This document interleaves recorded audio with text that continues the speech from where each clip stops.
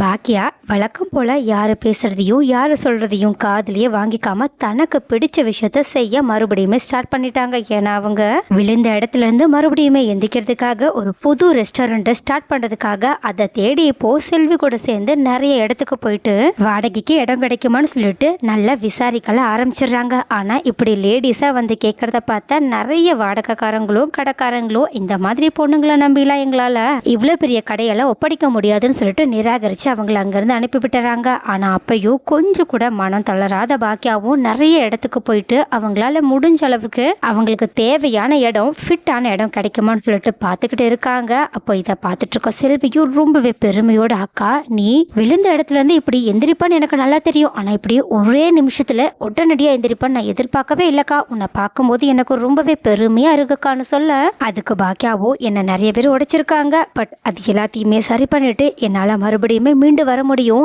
ஏன்னா எனக்கு அந்த நம்பிக்கை இருக்கு. ஏன்னா வெற்றியோட ருசியை பார்த்தவ எல்லாத்துக்கும் மேல சுயமரியாதையா வாழ்ந்தா மற்றவங்க நம்மளை எப்படி பார்ப்பாங்கன்றத தெரிஞ்சுக்கிட்டவ. அதனால நான் என் சொந்த கால நின்னே தீருவேன். யாரு என்ன சொன்னாலும் பரவாயில்ல, நான் எனக்கு பிடிச்ச விஷயங்களை செஞ்சே ஆவேன்னு சொல்லிட்டு ரொம்பவே ஸ்ட்ராங்கா பிரேவான லேடியா பேசிட்டு இருக்க.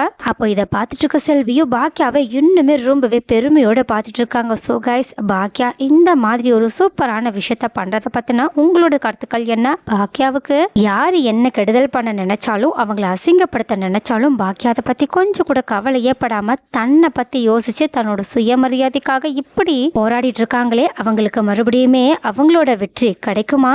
அவங்க இதுக்கப்புறமா யாரோட சூழ்ச்சியிலுமே மாட்டிக்காம தன்னோட கனவை நினைவாக்கி சாதிச்சு காட்டுவாங்களா? அடுத்து பாக்கியா எப்படிதான் இந்த விஷயத்துல இருந்து மீண்டு வந்து ஜெயிச்சு காட்ட போறாங்க, மற்றவங்களோட வாயை அடைக்க போறாங்க?